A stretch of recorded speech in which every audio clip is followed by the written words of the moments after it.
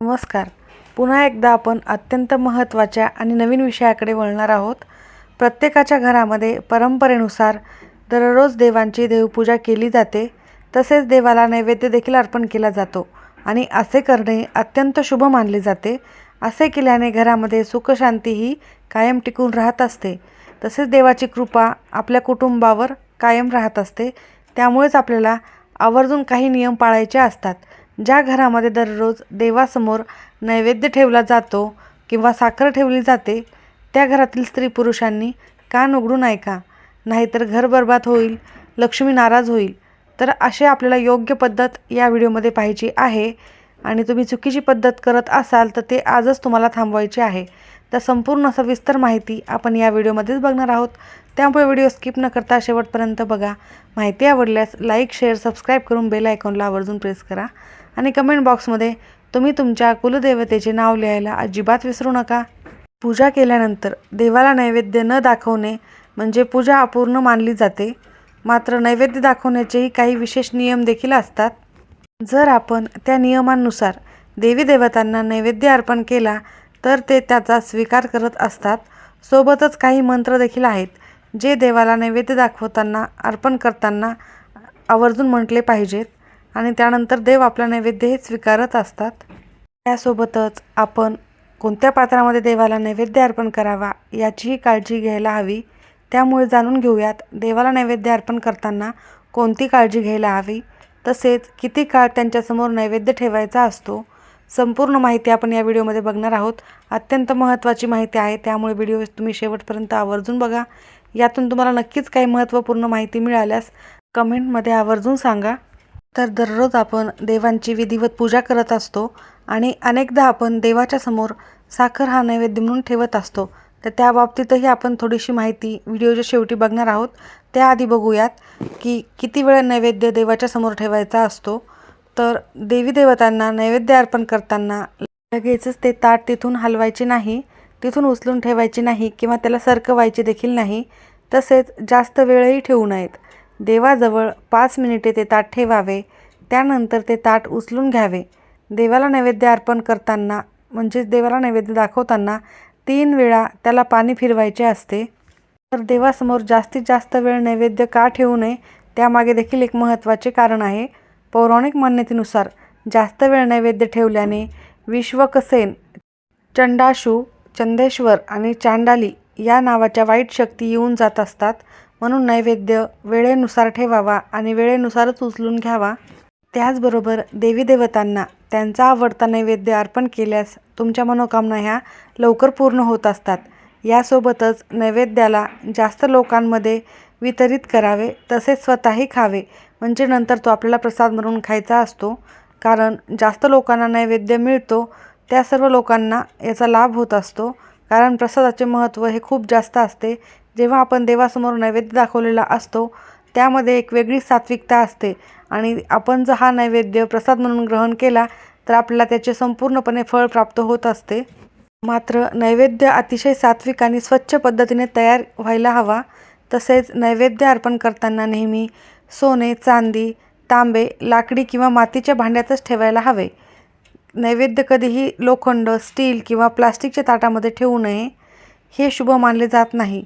तुम्हाला जर शक्यच असेल तर तुम्ही आवर्जून एखादी छोटीशी वाटी, चांदीची वाटी घेण्याचा प्रयत्न करा किंवा तांब्याची किंवा मातीची भांडी असेल त्यामध्ये देखील ठेवू शकता.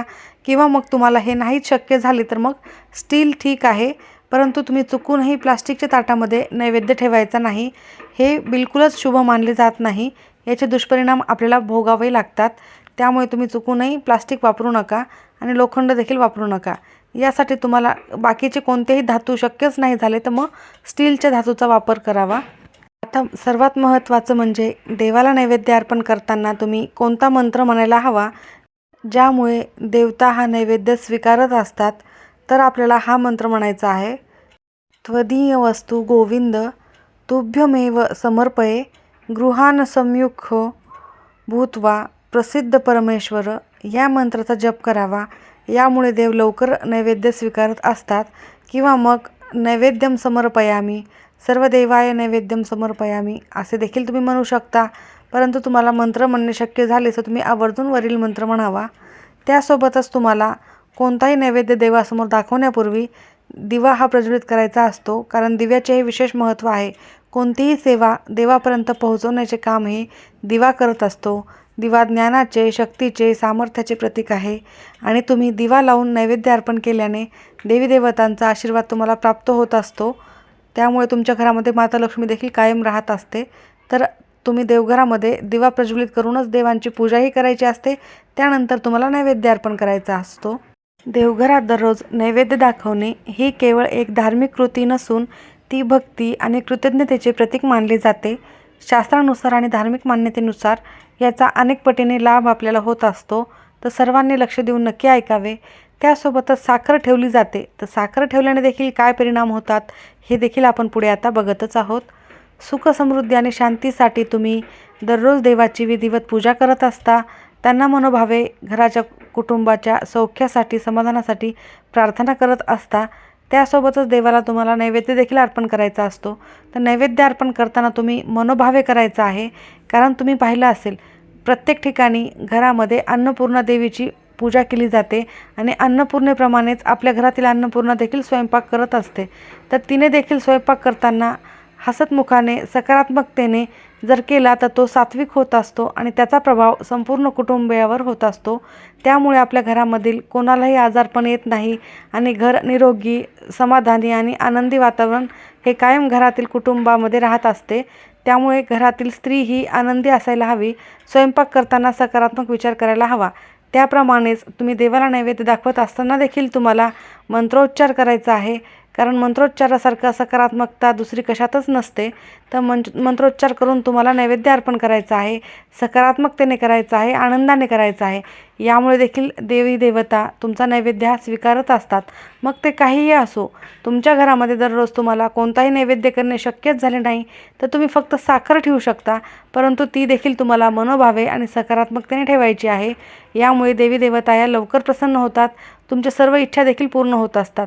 आणि तुम्ही अजून एक गोष्ट बघितली असेल, बऱ्याच ठिकाणी जेव्हा आपले काम, कोणतेही काम असो ते पूर्णत्वाला येते, त्यावेळेला देवासमोर पहिल्यांदा साखर ठेव असं प्रत्येक आपल्या घरचे वडीलधारे माणसंही म्हणत असतात. कारण साखर देवासमोर ठेवल्याने तो गोडवा निर्माण होतो आणि तुमचे काम यशस्वीरित्या पार पडल्याचे समाधान तुम्हाला जसे मिळते, तसेच तुम्ही देवी देवतांना देखील त्याविषयी मनोभावे नमस्कार करून त्यांनी तुमचे काम पूर्णत्वाला नेले यासाठी प्रार्थना करत असतात. म्हणून देवासमोर साखरही ठेवली जाते. त्यासोबतच दररोज देवाला नैवेद्य अर्पण केल्याने घरामध्ये सुख, शांती, समृद्धी नांदत असते. साखरेचा किंवा गोड पदार्थाचा नैवेद्य दाखवल्याने मनुष्याच्या जीवनामध्ये आणि स्वभावामध्ये गोडवा निर्माण होतो, सरळता आणि सौम्यता येत असते. नियमित देवासमोर नैवेद्य अर्पण केल्यामुळे कुटुंबावर देवाची कृपा आणि आशीर्वाद कायम राहत असतात. नैवेद्य दाखवल्यामुळे घरातील अन्नाचे रूपांतर प्रसादात होते, ज्यामुळे घरातील वातावरण सात्विक आणि चैतन्यमय बनत असते. देवाला आधी आपण अर्पण करण्यासाठी जी वृत्ती माणसातील लोभ आणि अहंकाराला कमी करण्यास मदत करते ती म्हणजे तुम्ही देवासमोर नतमस्तक होऊन नैवेद्य अर्पण करणे. नैवेद्य अर्पण करताना फक्त तुम्हाला एक महत्त्वाची आणि सगळ्यात महत्त्वाची एकच गोष्ट लक्षात ठेवायची आहे, ती म्हणजे त्यावर तुम्हाला तुळशीचे पान ठेवायचे आहे आणि साधारण 5 मिनिटानंतर तो देवासमोरून नैवेद्य उचलून घ्यायचा आहे. का ते तुम्हाला मी सुरुवातीला सांगितलेले आहे. त्यानंतर घरातील सर्व सदस्यांना प्रसाद म्हणून तो वाटायचा आहे. तुम्ही दररोज कोणत्या वेळी नैवेद्य दाखवता आणि तुमच्याकडे कुलदेवीसाठी काही विशेष पदार्थ अर्पण करण्याची परंपरा आहे का, हे नक्की तुम्ही मला कमेंटमध्ये सांगा. आणि प्रत्येकाला दररोज विशेष काही करणे शक्यच झाले नाही तर फक्त साखर का होईना तुम्ही देवाला आवर्जून अर्पण करावी. साखरेप्रमाणे गोडवा तुमच्या कुटुंबामध्ये निर्माण होत असतो. तर तुम्ही शक्यतो सणावाराला पुरणाची पोळी किंवा जे तुमच्या परंपरेनुसार तुमच्या घरी आहे ते नैवेद्य दाखवायचा असतो आणि इतर वेळी तुम्ही देवासमोर साखरेचा नैवेद्य ठेवू शकता. त्यासोबतच तुम्ही दुधामध्ये थोडीशी साखर टाकून तो ठेवला तरीही चालेल, परंतु दूध हे व्यवस्थित असावे, शिळे दूध घ्यायचे नाही आहेत. तर अशा प्रकारे तुम्ही आवर्जून देवाची सेवा केल्याने आणि नैवेद्यामध्ये तुम्ही काही नियमांनी केल्याने त्यामुळे तुम्हाला तुमच्या कुटुंबामध्ये नक्कीच काही ना काही बदल झालेला दिसेल आणि तोही सकारात्मक असेल. माहिती आवडली असेल तर नक्की लाईक करा. सर्वांचे खूप खूप धन्यवाद.